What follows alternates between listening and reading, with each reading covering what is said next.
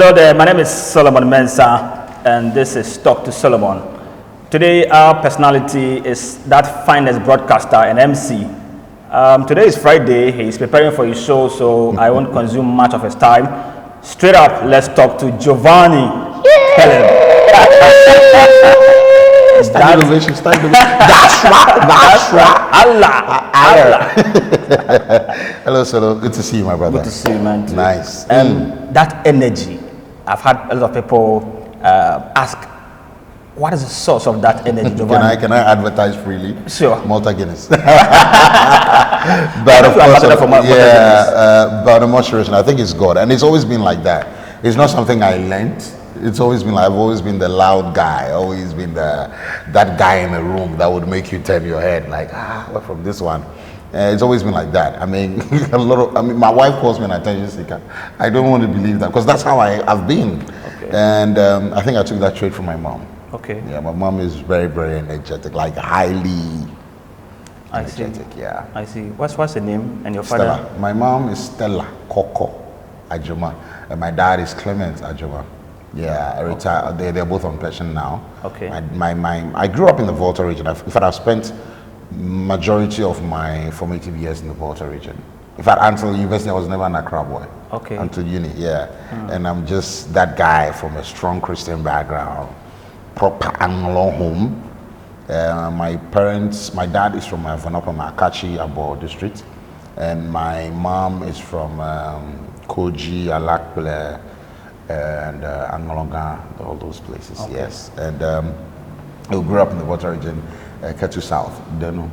So I schooled there. I schooled in Amazing Love School, and then Bishop Herman, same like Adam.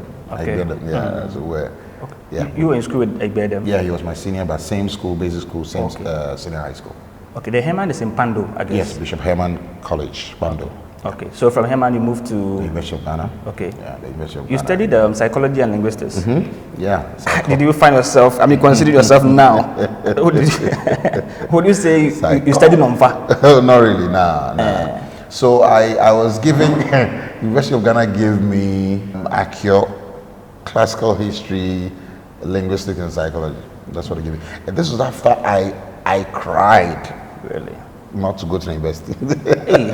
Yeah. What was it? My parents forced me to go to uni. Wow. Because right after Bishop Herman, I wanted to be in the military so bad. Okay. Yeah. In fact, I went as far as writing exams, aptitude tests, wow, outdoor leaderless tests, passing medicals, going to for the final stage interview. That's how far I've gone. Wow. Yeah. Before, unfortunately, I couldn't make it past the interview stage. Wanted to be in the Air Force so bad. I failed medicals for the eye test. But yeah, I tried again another year. Like that was how determined I was. Okay. And I think it was a year where I was, I think one of the few senior high school graduates who wanted to go into the officer program because then they were ending it, limiting it to just the uni graduates. So that was the year. So I was really, really bent on entering the service, and yeah, God knows best. Here we are now on the airwaves. Is your and what was the motivation for your parents insisting that you go to university? So for me, it's one, the uniform. Okay. Two, because my seniors I revered so much. My school fathers, from senior high school, were in there, and they'll always come and tell you about how good and how they train you, you'll be disciplined and all those things. It was totally different from my. The love for it came right after senior high school. Okay. And I was so sure in my mind that, Charlie, this is me, man, passing out as a military officer. I see. Were you part of the school cadets? No. That's the shocking part. The interest came after senior high school. I see. It wasn't anything I had planned. No. This was after senior high school. Wow. Yeah. Wow. Do you still have that ambition? No. I see. And in school, in secondary school, you've mentioned that you have a strong Christian background. Yeah. In school, were you part of, say, the SU? Yeah. So my school SU wasn't allowed. Okay. I'm no Catholic. So it's a Catholic school, Bishop was a Catholic school. I was a science student. For me, we had this Christian group on campus that I was part of, and we had our illegal meetings. Okay. We would meet, pray, do our usual thing. I'll go to town, go play drums for church, for some small coins, those things. And then usually we'll go without signing exits. So a bunch of us were caught. I see. And then we're suspended. I remember very well that we had to sign a bond of good behavior. My mom had to come over to campus to sign. My dad was like, good oh, let him come home. Sack this boy, let him just come home and stay here with us. We'll give him land to farm. And then, yeah, so I was quite that guy on campus. But did you have any pastoral ambition? No, I beg, cool down. I was a Sunday school teacher then too, so in my church, so Assemblies of God. So that whole thing, yeah, I was training a bunch of kids. When I was done with school, I took full-time church duties, from playing drums to playing along with the choir and teaching all these kids, choreography. Yeah, believe that or not, I used to be a choreography teacher. Wow. So what I did was to play the music and let them watch the dancing. I wouldn't dance for them to copy. You know that. Yeah, but don't ask me what happened after that, because this is it. My life is a testimony, that's all. So at the University of Ghana, at what point did you join the Radio Universe? So I have a very interesting story with Radio Universe. So level 100 or so, I saw a publication in the dailies that they needed amateur broadcasters for training and then employment. So I tried, even though it wasn't part of my thing. I tried after I was part of the Christian singing group on campus. Okay. Shocker. I was part of the Chosen Vessels choir. Okay. Now the thing is, we'll go for rehearsals, but I never sing. I'll go for rehearsals, disturb them, especially all night rehearsals. I'll be there. But as part of the behind the scenes, the instrumentalists, sometimes you're packing the drums, myself and Anasasi. Okay, the poet, yeah. We're part of, so he was the organizer and I was just assisting to help pack set up the place for the choir to do their things. So I was part of the publicity committee as well. So we had a sponsorship deal, I think, with the then Choice FM. We're supposed to go there and talk about Glory 2008. I remember very well. And they gave us a slot on the morning show then, hosted by Alfred Okanse. Okay. So our own Alfred Okanse. Okay. So I was on the show and he's like, oh, you speak very well. You have the voice for radio. Alfred said that? Yeah. Okay. If I considered them like, radio, really? We are looking at a military man in waiting here, and then from that point on, my roommates were like, Charlie, you will listen to interview. Hey, you did for Triumph. This radio thing, it go be you really did try. I'm like, Charlie, that thing, radio, wow, really? Okay, let me give it a try. So I started coming through the dailies, saw this amateur broadcasters, whatever. Offer. Yeah, and I went, and it was a long list, man, but I tried, made it up to what? Were like 50 or so, and then we're told that the slots remaining was just for 2 people. Okay. So sadly, I was like, you know what? I've seen some better people here. I beg you. This is where I disqualify myself. Wow. But I didn't stop. My big brother then was in uni, so he was talking to a few guys on campus then, and they were like, oh, Radio Universe is there. I should give it a try. So I applied like everyone else, every student else, to be a student volunteer, and I wrote the exams or the aptitude test, and I failed. Wow. Yeah, I failed. And then something happened, after a year or so. I was in level 200 there. Something happened in my traditional hall, Commonwealth Hall. Okay. So the traditional setup with the JCR had this conflict at dawn. Okay. So they were going to, like the chief vandal and his outfits were going to move the JCR president. It became a whole tussle on its own. And I wrote a report, recorded something of that, and then sent it to the morning show host. Okay. Yeah, who was Fred Bimbo Johnson and Matthew and some of my very good friends later. Yeah, so they played it on radio that morning. It became a very, very topical issue. From that point on, they were like, actually, come around, make it a come around. And here we are. So I started from the newsroom. So I started from the newsroom, reading news and all those things. Yeah. I see. Yeah, now here we are. Okay, nice one. So after Radio Universe, was it YFM? Yes. So Radio Universe, I went to YFM. I did my service there, and then stayed there right from the ranks through to programs manager. Wow. Yeah. Then you moved to EIB. Global. EIB came. So I was at YFM doing ETV as well, because under Global Media Alliance. Yes. So I was doing ETV, late night celebrity show. Yeah, basically that's it. And then I moved to EIB Network Live FM, programs manager. then did my own thing there briefly before Star FM and GH1 TV. Yeah. Okay, and Star FM to drive host that time. Drive. Host. Yeah. Okay, how was it like for you at Star FM? It was, I would say, the major leap in my career. Okay. The major leap in my career, because I mean, clearly Bolare is Bolare, and you have to be filling in the shoes of Bolare. Bolare is size 45. I mean that in real life. He's size 45 and 40. Well, I was 43. Small. But actually, your Bula shoes are really huge. And to think that, Charlie, you're going to be in there with another equally eloquent, very like the boss lady and it's arrested. Charlie, to rub shoulders with that woman, you'd have to know your stuff. But yeah, that's one thing I'm always grateful to my employers for believing in me and taking that risk, because not every employer would want to do that. Yeah. And so when they gave you that opportunity, how sort of preparation did you yourself put in? So I think I always say this, I think my preparation back end, like behind the scenes, because when I was at YFM, I didn't even have a show of my own. Okay. I was behind the scenes monitoring. Gave me a lot of room to learn and also to see how that space was. And plus, I study people a lot from afar. I didn't even have to have that close interaction with you to know how things are done, your format, your templates, whatever. I study from afar a lot, and maybe that grace as well. I just feeling sometimes I just get it. Okay. I don't know how I do it, man. Sorry. I'm sorry. Did you spend with EIB? EIB 4? No, 5 years, I think. Okay. Yeah, close to 5 years. Okay. Yeah. And so from university, you've been doing radio, YFM. At what point did you also get on TV? TV was ETV. My first TV experience was ETV. Okay. Yeah, my first TV experience, I will never forget this. So when ETV was coming, I remember Jay Foley telling me that, Charlie, the people would like talk to you or something. And then I go there and they were like, Giovani, you know do TV before, but let's give it time. But this is the show they wanted you to do. Then Jifa was hosting a late night celebrity show. Yeah, so Jifa Smith from TV Africa then. Yeah. So I mean, just naturally things just fell in place like that, and find myself hosting that same show. Yeah, some years later. I also want to know the experience. So you had not done TV before? No.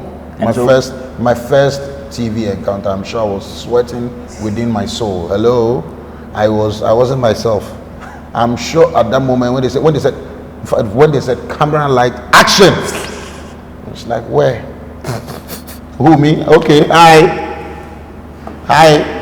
hello. I was expecting the camera to talk back to me.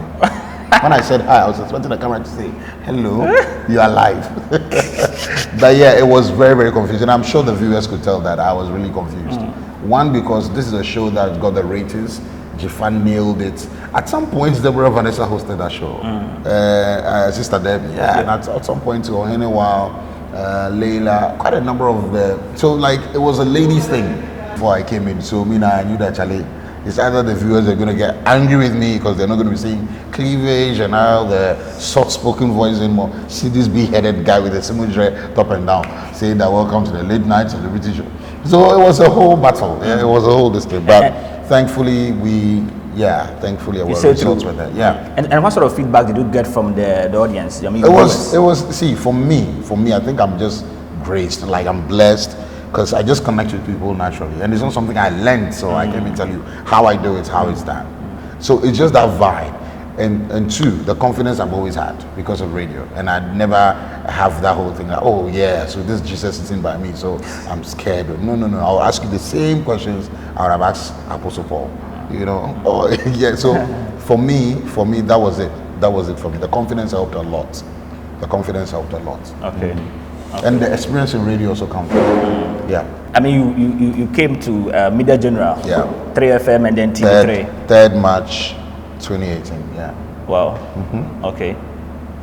How do you, take it? Moving from Star FM, where you had the audience, they had received you into their homes, into their cars. Wherever they listened to you, and now you were changing territory. How did you take it that you were coming to a different zone? It was, in fact, I would say this is my most challenging moment in my career, because I had to consider a lot of things. I had to take time off work completely. In fact, I took a month away from media. Wow. I wasn't even around in Ghana to even think anything radio TV. It was just completely out of the space. It was too late, but I still gave it a thought. At that point, I was like, okay, what is the plan going to be? What is going to be my winning formula? What am I coming in with? Hey, what are people going to say? Is it going to work? Because clearly Star was up here and 3 was here. So, and the experience. But you see, that's one thing a lot of people don't know. I think a lot of creatives also suffer from that. Making that move is not always an easy thing. It's never been smooth anywhere. But trust me, if you know what you have and you know what it takes, when you're able to make that major move, of course, with the backing of all the the angels there and your faith, of course. I mean, because I prayed about it. It wasn't just, I'm quite religious. I prayed about some of these things. I told God that this is what I wanted to do. This is what I wanted to achieve. Is it possible for him to give me a sign, show me a sign? Plus my beautiful wife. My wife has been my pillar, my support system. In fact, I hate to call her support system because support means somebody where maybe you know pass me, you need to push you some way, something. No, my wife be the person. You be the person. Boss, yeah, boss, and I mean, just worked out. Well, at least it's early days yet, but we're still grateful. The journey is on. We're getting there. Okay. Right. So, Giovani, we will come to your wife and your children. But before that, so you are now at 3FM Media General. I mean, on TV too. News. What do you call it? Entertainment. Yeah. Showbiz 360. Yeah, Showbiz 360. One of the fantastic shows on Fridays. Thank you. A lot of people had, I mean, they've given me feedback. And when I meet people, apart from my terrible dance move. Well, you see? I mean, aside your dance moves, like people like the show, I don't know how to describe it. You are just fantastic. Thank God. What drives you on that show? So I've always wanted to have my own Friday show. I've always wanted to. And I just want to say thanks to our bosses, and TB, and Pefa, and Mr. Francis Doku. In fact, all the bosses at Media General, staff for making it happen. Because honestly speaking, when I joined Media General, that was the very first thing I said. I needed to be on TV on Friday. Because in my head, I mean, I just imagine what people go through in their homes after a long, stressful week. Like, it's not a joke. And I think we're losing out on that side. The natural humor, like, you know, being able to make someone smile. You don't have to be funny. Just put a smile on somebody's face. That's all. That's the whole idea. It's not for, like we say, Giovani, where Jimmy, are you a comedian? Are you struggling to be a comedian? No. You're not a comedian. I'm not. I am not a comedian. I have my very serious sides, and you know. you know my serious side is not even funny at all. Like, this is it. Work. But yeah. It's just, the whole idea was just to make someone's evening, you know, after a stressful week. What else is there for you? What should keep you glued to your remote and your TV sets? Basically, that's it. And we just thank God that less than a year, because we'll be a year in November. So yeah, we've been able to sustain some sort of energy, some amount of hype and traction. Yeah. We just thank God. I don't know. That's all I have. I mean, apart from that, the rest be God. Wow. So what sort of feedback do you also get from your audience? I mean, is it children? You get the feedback from outdoors, ladies, guys? I think it's a mix. Across age as well. The youngest fan of the show is almost 2 years. Wow. And she was telling the mom that she wanted to come and teach me how to dance. Yeah, the mom recorded it and sent it to my Facebook page. Yeah, and I think one man who I met at a wedding I was emceeing, he's in a wheelchair, he's in his 80s. Okay. Who tells me that actually he doesn't miss the show. Wow. And for me, that means a lot. I mean, this direct feedback keeps just coming. We keep going for more. Reaching out, yeah. I see. Interesting. And so the emceeing bit too. Yeah. You remember your first emceeing gig? Yeah, my MC gig actually started from Commonwealth Hall. Wow. You know, the whole week celebrations and all this. Myself and DKB, I remember very well. We started hosting Commonwealth Hall. Well, not just Commonwealth Hall, just all these beach parties, whole week celebrations on campus. Everything started on campus. In fact, my MC job is a year older than my radio job. Because I started that from level 100. Radio I started from level 200. So yeah. So MC, yeah, it's just connecting with the audience, really. Grab a mic. You think it's that easy? Well, that's how I see it. Okay. Because that's the mentality you need. to get the confidence you need. Yeah, because I remember very well my most challenging one was Ghana Club 100 2016, 4 years ago. The president was there, the CEO, Moina Dumont, Comrade Dumont's sister. Yes. And they called me 4 days or so to the event. Yeah, and they're like, Giovani, we're sorry you're doing this. You came highly recommended. The president is going to be there. One and my heart. I think my heart swapped places with my kidney. Yeah, my heart skipped, and I'm like, okay, this is not the usual Giovani. This is not for Frakobo. This is not. Oh yeah, ladies and gentlemen, give it up a round of applause. This is diplomatic English. This is for standard. And the part that killed me when they said we're going to be live on television, I collapsed briefly. Because we're in your action, copy and paste. No, you're going to be live on television. Ghana is going to be watching you do your thing, Giovani. Can you do it? And the one that killed me, and he said, I was supposed to wear bow tie. Wallahi. Well, look at this head and, and conclude for yourself. Bow tie, meaning to you crying. But yeah, it went well, at least from feedback I got from them. Just the beginning was a bit sketchy, but hey, Charlie, that was an experience I will never ever forget. Wow. Have you overcome that fright? That nervous feeling. Yeah. I still feel nervous, man. Almost 13 years of doing this. I still, in fact, even before radio, on radio, TV, when I'm backstage and the director is telling me, yeah, we're going in in 5 seconds, I still feel that heat rush, that hold this thing down. Okay. Yeah, it's normal. It never really goes. Okay. Some people have learned to overcome it in a very smart way. Some people have other things they do. Some have things they look forward to, or they target one person in the audience, like this person I'm speaking to.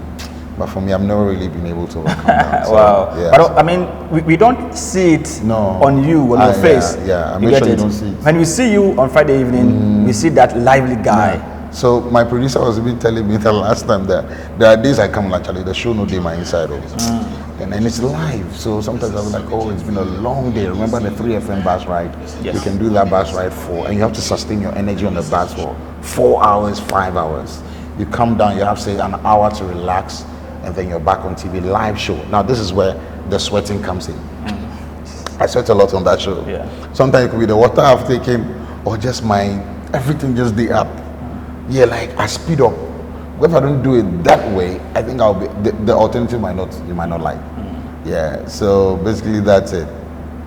Which of the your guest or episode would you rate an A? No, scoring myself will be very difficult, but as to how much fun I'm able to have on my show would have to be the pallbearers. The pallbearers during lockdown. I totally had fun. Like, see, I didn't even know people were enjoying the show until we went viral in countries and they were writing the captions that we didn't even get. That was their first major, I want to call it a live performance, on the TV show. Yeah. Because they've had stints with the BBC, they've done stuff with Al Jazeera and all that. But that show, they really, really showed themselves, like they had fun. And I had fun too, because I had to be in the same, and I was scared. Oh, really? My first time experiencing Undertaker's pallbearers one-on-one like that. So I was really scared. Yeah, I was really scared. Like, hey, what if? But I really enjoyed myself. That I will never forget. That I will never forget. I enjoyed it too. And one of my favorites of that, of your episodes is Bright of Bookback fame. Yes, Bright. Oh, Bright's one too wasn't bad. Because remember he came after another artist. So yeah, it wasn't bad. But I also enjoyed the Stone Boy one to some extent. I enjoyed Stone Boy. I enjoyed Medical and Fela. And the Konedus, the dancing family. Okay. The Konedus I also enjoyed. The Shaman, Dance God Lloyd and the family, the parents when they came on the show. I had a good time with them too. Unfortunately, I couldn't monitor the Mark Brown's one because yes. And Mark Brown's one was also classic. I love it. She wasn't a usual loud, but she gave us a show. She gave us a good one. Great. Yeah. Great. Yeah. So for your MC, would you want to tell us how much you charge for MC? No, the minimum is 5,000. The minimum? Yeah. 5,000? Yeah. 50 million OCDs? Yeah. Giovani, you are chopping cash? And I've maintained that for 5 years. Wow. Yeah, I've not increased that for 5 years. The minimum? Is 5,000, yeah. Is it for the whole Sometimes I do for 1 free. month or one Sometimes I do for free. Don't worry. The free one I'm not telling you because sometimes I do for free. Don't worry. The free self child pass, they paid for. No, it's just for an event, yeah. Okay. And the highest? Oh, the maybe, highest, maybe give us a range if you don't want to go. No, my landlord, they watch you. I beg, stop this thing. My landlord, they watch. Yeah. I see. How many hours do you have now? Quite a number of them, a little over 10. Wow. Yeah, maybe more, but yeah, I don't really count. Okay. Yeah, I don't really count. So I'll go count when I get home. Okay, but you remember the specific Oh, awards? yeah, I have a few of them in mind. I've got a few citations, not a flask. Just a few citations here and there, some plaques. But RTP won back to back, 2017, 2016, 2018. Yeah, I think I won the late afternoon show. But the last year, 2019, we took the radio program of the year. Yeah, that's for the 3FM drive. And I think man of the year communication for the Emmys Africa. We won that last year. We nominated. This was our third. Okay. So we won. We didn't win the year. The first year we were nominated. We won the year after that. And this year, 2020, Zion Felix got it. So yeah, yeah, and a few of them. Congrats. Yeah, thanks. Congrats. You are doing a fantastic job, I must say. Thank God. You've been pranking people too. You've pranked Joy B. You've pranked everybody. Emoji Music, pranked Israelite, pranked Yao Sechi, pranked Lydia Forsen, pranked Nashoko, pranked quite a number of them. And just our regular people too. We are my people too. Relationship folks who want to do things, show the world that they have only one person, or not too sure if they are alone in the relationship or not. Yeah, it's a service.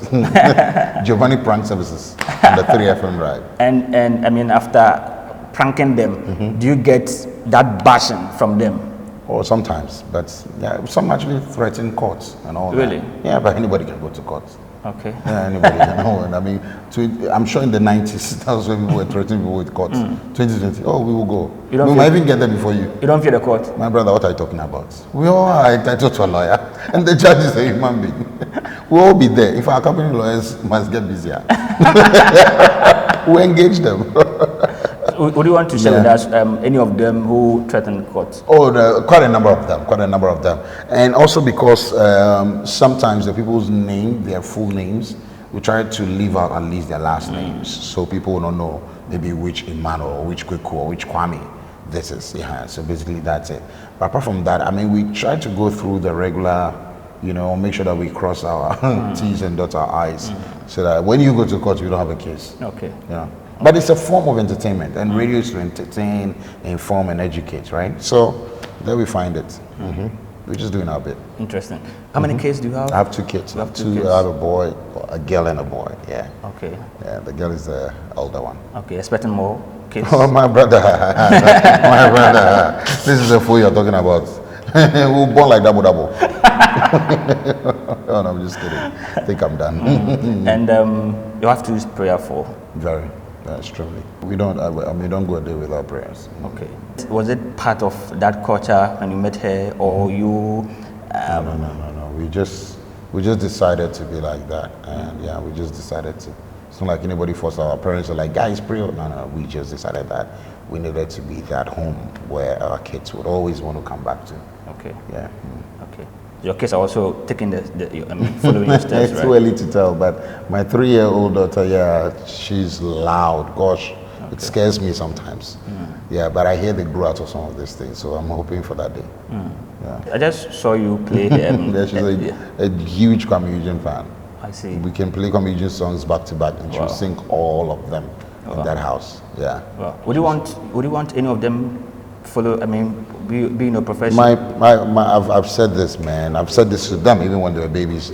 They're allowed to be whatever they want to be at any time of their life. They have to. We're going to provide a conducive environment for them, a home where they are free to be whatever they want to be. Of course, with a Christian mentality. Let me put it this way: the background will be so much that, in fact, the home they grew up from will be so.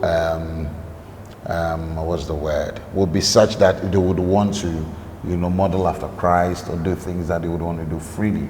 We're not going to stop them and tell them, hey, do this or you don't do this. No. They now will grow into and they will see, saying this how, oh, it's wrong to do this, it's right to do this, it's wrong to do this.